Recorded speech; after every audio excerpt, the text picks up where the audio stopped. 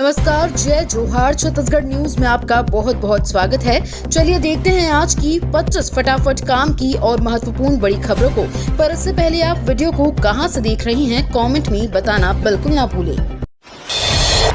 छत्तीसगढ़ में आत्मनिर्भरता की और बढ़ती छात्राओं के कदम, सीएम विष्णुदेव की पहल। छत्तीसगढ़ के मुख्यमंत्री विष्णुदेव साय की सार्थक पहल से जशपुर जिला प्रशासन के तहत नव गुरुकुल शिक्षण संस्थान में आर्थिक रूप से कमजोर छात्राओं को निःशुल्क प्रशिक्षण दिया जा रहा है।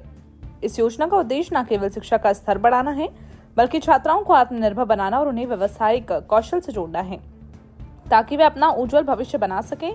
ये कार्यक्रम प्रदेश में जशपुर के साथ साथ रायपुर और दंतेवाड़ा जिले में भी संचालित है। जिला प्रशासन द्वारा छात्रों को सभी सुविधाएं उपलब्ध कराई जा रही हैं। किसानों को 9 दिसंबर में मिलेगा ऑनलाइन के साथ ऑफलाइन टोकन भी। बालोद में समर्थन मूल्य पर धान की खरीदी जारी है। इस बार अधिकांश टोकन मोबाइल में ऐप के माध्यम से काटे जा रहे हैं। जिन किसानों का टोकन जल्दी कट रहा है, उनके लिए अच्छा साबित हो रहा है। किसानों को जल्द खुशखबरी मिल सकती है। आगामी 9 या 10 दिसंबर से जिले में ऑफलाइन ऑनलाइन टोकन किसानों को दिया जाएगा। इसकी पुष्टि जिला खाद्य अधिकारी तुलसी राम ठाकुर ने की। आगामी 9 दिसंबर तक ऑनलाइन टोकन किसानों ने काटा लिया है।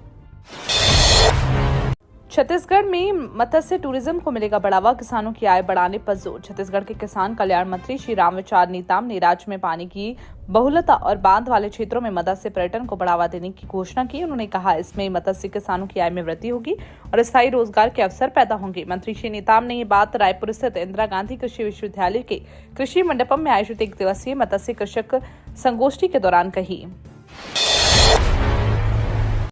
छत्तीसगढ़ अब डिजिटल कृषि की ओर, एग्रीस्टेक परियोजना से कृषकों को मिलेगा लाभ। छत्तीसगढ़ अब डिजिटल कृषि की ओर अग्रसर है।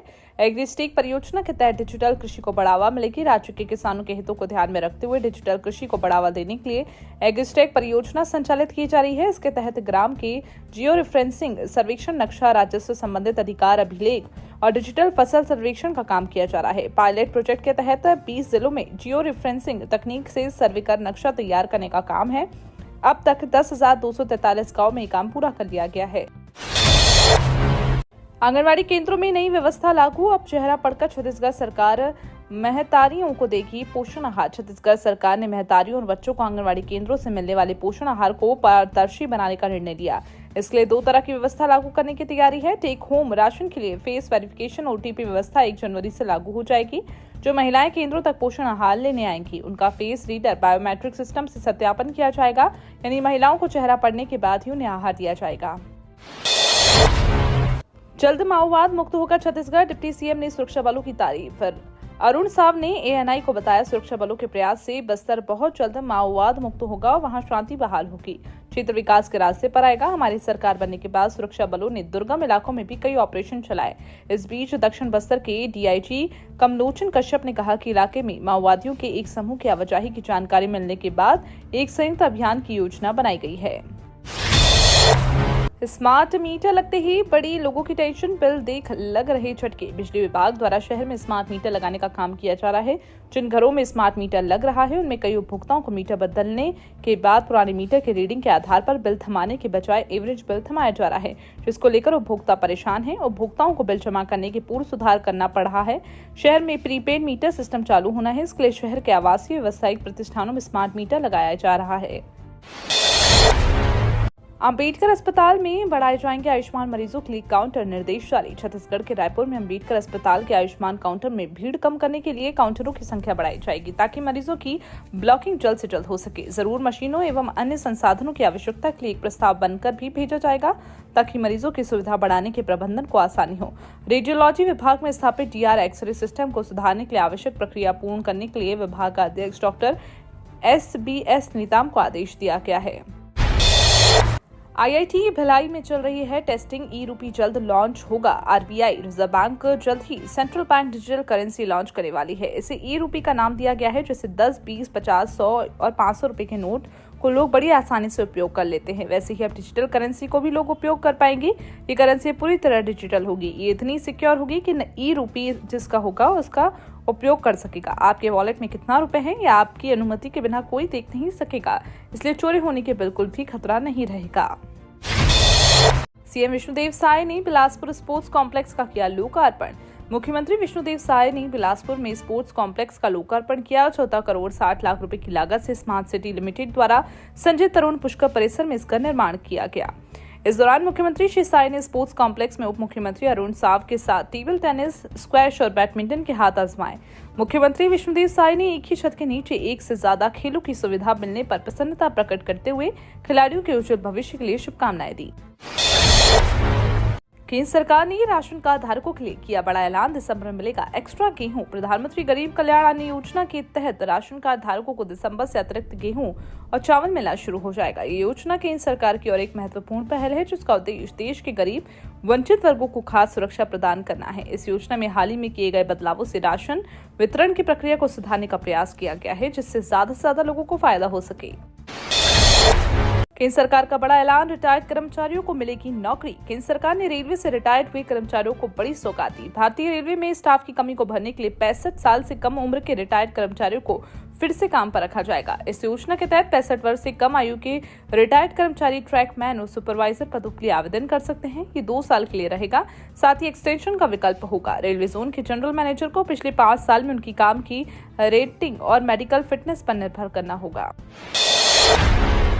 छत्तीसगढ़ में शुरू हुई मुख्यमंत्री गुड गवर्नेंस फेलो योजना। छत्तीसगढ़ की विष्णुदेव साय सरकार प्रदेश के हर कोने तक विकास को पहुंचाने के लिए लगातार काम कर रही है। इसी के तहत राज्य में मुख्यमंत्री गुड गवर्नेंस फेलो योजना शुरू की गई।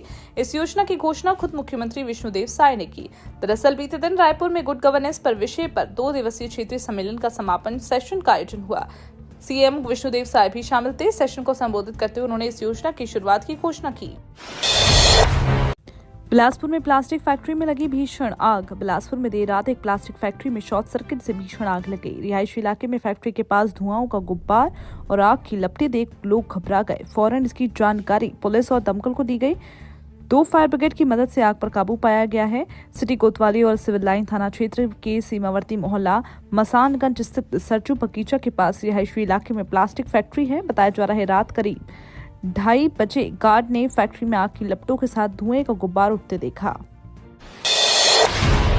छत्तीसगढ़ सरकार की पहल पर वन विभाग कर रहा देवगुड़ी स्थलों का संरक्षण और संवर्धन। मुख्यमंत्री विष्णुदेव साय ने देवगुड़ी को संस्कृति का महत्वपूर्ण हिस्सा बताते हुए इन स्थलों के संरक्षण और संवर्धन के लिए विशेष प्रयासों पर जोर दिया।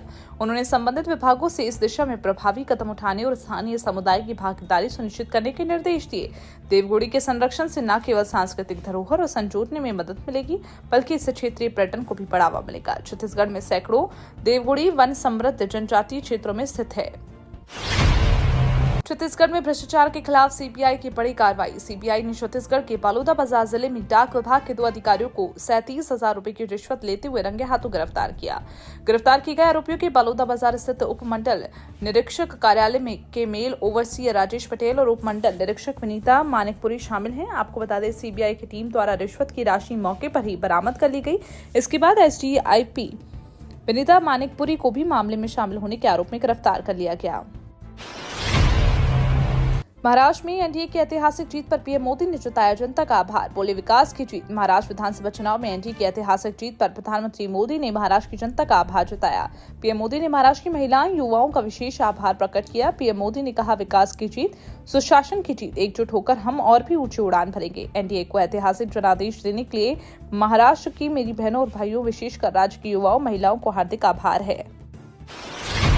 जिला स्तरीय बस्तर ओलंपिक का भव्य शुभारंभ, 1500 खिलाड़ी दिखाएंगे दम। मुख्य अतिथि रहे बस्तर सांसद। बीजापुर में मिनी स्टेडियम में बस्तर ओलंपिक का जिला स्तरीय आयोजन का शुभारंभ बस्तर सांसद महेश कश्यप के द्वारा दीप प्रज्वलित और ध्वजारोहण एवं खेल भावना से खेलने के लिए खिलाड़ियों एवं प्रशिक्षकों को शपथ के पश्चात हुआ। जिला स्तरीय प्रतियोगिता में जिले के 4 विकासखंड भोपालपट्टनम, उसूर, भैरमगढ़ और बीजापुर के ब्लॉक स्तरीय प्रतियोगिता में चयनित 1500 से अधिक खिलाड़ी भाग ले रहे हैं।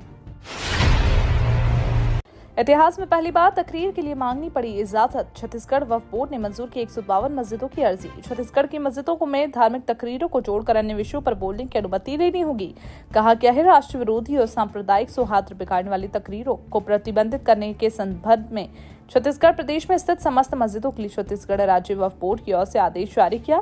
छत्तीसगढ़ प्रदेश में सांप्रदायिक सौहार्द बनाए रखने के लिए छत्तीसगढ़ की मस्जिदों के मुतवालियों को मस्जिद में धार्मिक तकरीर यानी कि प्रवचन के अतिरिक्त किसी भी प्रकार के राजनीतिक, सामाजिक समरसता, आपसी सौहार्द को बिगाड़ने वाले निर्देश उन पर रोक लगाए जाने संबंधित निर्देश जारी किए गए हैं। छत्तीसगढ़ में कड़ाके की ठंड से 2 लोगों की मौत और गिरेगा पारा, IMD का अलर्ट जारी। छत्तीसगढ़ में गुलाबी ठंड ने दस्तक दी। आने वाले 4-5 दिनों में 4 से 5 डिग्री सेल्सियस तक गिरावट दर्ज की जा सकती है। कड़ाके की ठंड के बीच 2 लोगों की मौत हुई। पहली मौत अंबिकापुर में शुक्रवार और दूसरी मौत बिलासपुर में हुई। इस साल मिड नवंबर तक ठंड का कोई असर नहीं था। महीने के तीसरे सप्ताह में मौसम अचानक बदला। तापमान में तेजी से गिरावट के साथ बलौदाबाजार समेत आसपास के इलाकों में हाड़ कांपाने वाली ठंड महसूस की जा रही है। बीजेपी के सुनील सोनी 46,167 वोटों से जीते, कांग्रेस को करारी हार। छत्तीसगढ़ रायपुर दक्षिण विधानसभा सीट पर हुए उपचुनाव के नतीजे सामने आ गए हैं। भारतीय जनता पार्टी के सुनील सोनी ने रायपुर दक्षिण विधानसभा सीट पर जीत दर्ज कर ली है। वोटिंग में शुरुआत से ही बीजेपी का पलड़ा भारी रहा। उन्होंने 40,000 से ज्यादा वोटों की लीड लेकर जीत का डंका बजाया। बीजेपी को 89,220 और कांग्रेस को 43,053 वोट मिले। भाजपा के सुनील सोनी 40,167 वोटों से जीते। भिलाई पालिका सफाई टेंडर कर्मचारी महासंघ ने किया विरोध। भिलाई नगर पालिका निगम में 21 नवंबर को शहर सरकार ने विशेष सामान्य सभा में नई सफाई टेंडर को मंजूरी दी। विपक्ष में बैठे पार्षदों के बाद अब कर्मचारी महासंघ ने भी इस टेंडर का विरोध किया। कर्मचारी महासंघ ने निगम आयुक्त को पत्र लिखकर टेंडर को कैंसिल कराने की मांग की। स्वतःशासी कर्मचारी महासंघ की नगर पालिक निगम भिलाई की शाखा के महामंत्री कृष्ण देवमुख ने लिखा, नगर पालिका की साल भर की आय लगभग 56 करोड़ रुपए है। रायगढ़ में 2 दिन में 522 बोरी अवैध धान जब्त। छत्तीसगढ़ के रायगढ़ जिले में उड़नदस्ता टीम ने अवैध धान पर कार्रवाई की। 2 दिन में 522 बोरी यानी कि 250 कुंटल अवैध धान की जब्ती की गई। 3 कोचियों पर मंडी अधिनियम के तहत कार्रवाई हुई। मिली जानकारी के मुताबिक धर्मजयगढ़ उड़नदस्ता टीम को सूचना मिली कि कापू और खम्हार गांव के 2 कोची अवैध रूप से धान भंडारण कर रखे हैं, जिसके बाद उड़नदस्ते की टीम पहले कापू पहुंची। यहां मनोज कुमार गुप्ता के घर गोदाम में दबिश दी। कस्टम मिलिंग में लापरवाही बरतने 2 राइस मिलर्स की 4 करोड़ 65 लाख रुपए की बैंक गारंटी राज्य साथ। छत्तीसगढ़ में कलेक्टर के कस्टम मिलिंग में लापरवाही बरतने के मामले में 2 राइस मिलर्स के ऊपर कार्रवाई हुई। कलेक्टर दीपक सोनी ने कस्टम मिलिंग में लापरवाही बरतने पर जिले के 2 राइस मिलर्स की कुल 4 करोड़ 65 लाख 5 हजार रुपए की बैंक गारंटी को राजसात करने के आदेश दिए। आशीष अग्रवाल संचालक फर्म मेसर्स यश मॉडर्न फूड टिल्दा रोड सिमगा का 1 करोड़ 77 लाख 15 हजार रुपए और तुषार कुमार नायक संचालक firm messrs Aditya rice industries ग्राम कुशभाटा तहसील सोना खान का 2 करोड़ 87 लाख 90 हजार रुपए शामिल है। एलन मस्क फिर बने दुनिया के सबसे अमीर शख्स। टेस्ला के CEO एलन मस्क एक बार फिर दुनिया के सबसे अमीर शख्स बन गए। ब्लूमबर्ग बिलियनियर्स इंडेक्स के अनुसार 23 नवंबर 2024 तक मस्क की कुल संपत्ति $348 बिलियन पर पहुंच गई। पिछले एक साल में $119 बिलियन की बढ़त की बदौलत संपत्ति में इजाफा हुआ। आपको बता दें, अमेरिका में हुए राष्ट्रपति चुनाव में डोनाल्ड ट्रंप की जीत के बाद टेस्ला के शेयर 40% तक बढ़ गए। ये तो थी आज की बड़ी खबरें। अगर आपको न्यूज पसंद आई हो तो वीडियो को लाइक और शेयर करना बिल्कुल ना भूलें। धन्यवाद।